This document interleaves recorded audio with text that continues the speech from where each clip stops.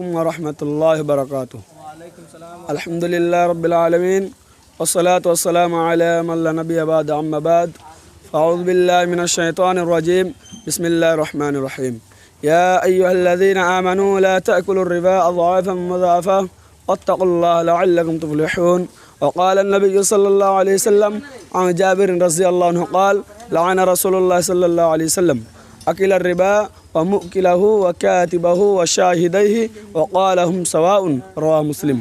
معزز سامعین اکرام، مشفق اساتذہ اکرام اور باہر سے آئے مہمانان نظام، آج کے اس سالانہ پروگرام میں میرے تقریر کا عنوان ہے سود خوری کا اخروی انجام۔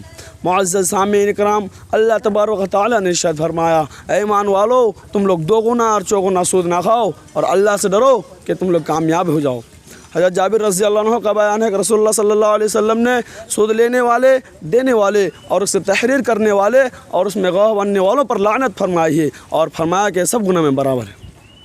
اللہ کے رسول صلی اللہ علیہ وسلم نے دوسری جگہ ارشاد فرمایا، سود لینے والا، دینے والا اور اس کے لکھنے والا اور گواہ رہنے والا، یہ چاروں شخص روزانہ اپنی ماں سے زنا کرتا ہے، نعوذ باللہ من ذالک۔ حضرت سمورہ ابن جندب رضی اللہ عنہ سے روایت ہے کہ رسول اللہ صلی اللہ علیہ وسلم نے ارشاد فرمایا کہ میرے پاس دو آدمی آیا اور انہوں نے میرے ہاتھ پکڑ کر پاک زمین کی طرف لے کے چل پڑے تو میں نے دیکھا وہاں ایک آدمی بیٹھا ہوا ہے اور ایک آدمی کھڑا ہے اور اسے جبڑے میں داخل کرتا ہے، یہاں تک کہ اسے جبڑے کو چیرتا ہے، یہاں تک کہ میرے بھائی یہ گدی تک پہنچ جاتا ہے، پھر اسی طرح دوسرے جبڑے میں داخل کرتا ہے اور پہلا والا جبڑا پہلے کی طرح ٹھیک ہو جاتا ہے۔ تو میں نے کہا یہ کیا ہے؟ انہوں نے کہا بھی آگے چلیے۔ تو ہم چلے اور ایک آدمی کے پاس آئے جو چت لیٹا ہوا تھا اور ایک آدمی ایک بڑا پتھر لے کر اسے سر پر کھڑا تھا اور اس پتھر سے اس سر کو کچل رہا تھا۔ جب وہ پتھر اسے مارتا ہے تو پتھر لڑک جاتا ہے اور پتھر لڑک جاتا ہے اور اسے لانے جاتا ہے، جب وہ واپس لوٹتا ہے تو اس کا سر ٹھیک ہو جاتا ہے۔ تو میں نے کہا یہ کیا ہے؟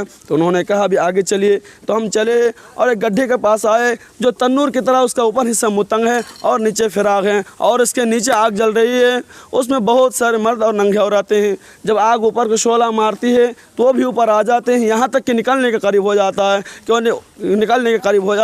کہ آگ کے شعلہ مدھم پڑ جاتا ہے اور نیچے گر پڑتا ہے۔ تو میں نے کہا یہ کیا ہے؟ انہوں نے کہا ابھی آگے چلیے۔ تو ہم چلے اور ایک خون کے نہر پر آئے، اس کے درمیان ایک آدمی کھڑا ہے اور ایک آدمی کنارے پر اس کے پاس دو پتھر پڑے ہیں۔ کنارے کے نہر کے درمیان پڑے رہنے والے آدمی جب نکلنے کا ارادہ کرتا ہے تو کنارے والا اسے چہرے پر پتھر مارتا ہے اور وہ اپنی جگہ واپس لوٹ جاتا ہے جہاں پہلے تھا۔ تو میں نے کہا یہ کیا ہے؟ انہوں نے کہا بھی آگے چلیے۔ تو ہم چلے اور ایک شاداب باغ کے پاس آئے، اس میں ایک بڑا درخت ہے، اس درخت کے نیچے ایک بوڑھا آدمی بیٹھا ہوا ہے اور اس کے پاس بہت سے بچے ہیں۔ اس درخت کے پاس ایک اور آدمی اس کے سامنے آگ ہے جس سے وہ جلاتا ہے۔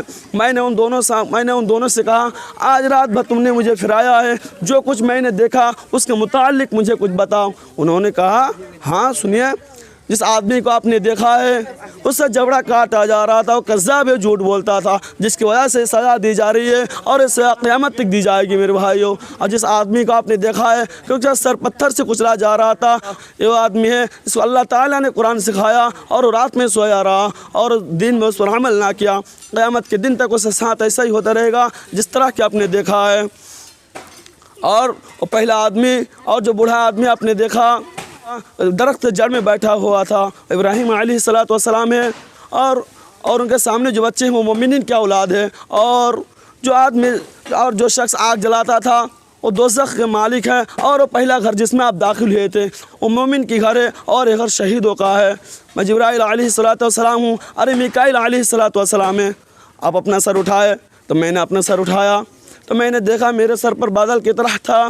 انہوں نے کہا یہ آپ کا گھر ہے، تو میں نے کہا مجھے چھوڑ دو تاکہ میں جاؤں۔ انہوں نے کہا ابھی آپ کا کئی عمر باقی ہے جس کو آپ نے ابھی تک پورا نہیں کیا، جب آپ اسے پورا کر لیں گے تو اس میں داخل ہو جائیں گے۔ سامعین اکرام، یہ سود خوری کا اخروی انجام۔ آخر میں اللہ رب العالمین سے دعا ہے کہ اللہ رب العالمین ہم تمام مسلمان بھائیوں کو سود جیسے حرام چیزوں سے بچنے کی توفیق عطا فرمائے، آمین۔ وآخر دعوانا الحمد للہ رب العالمین۔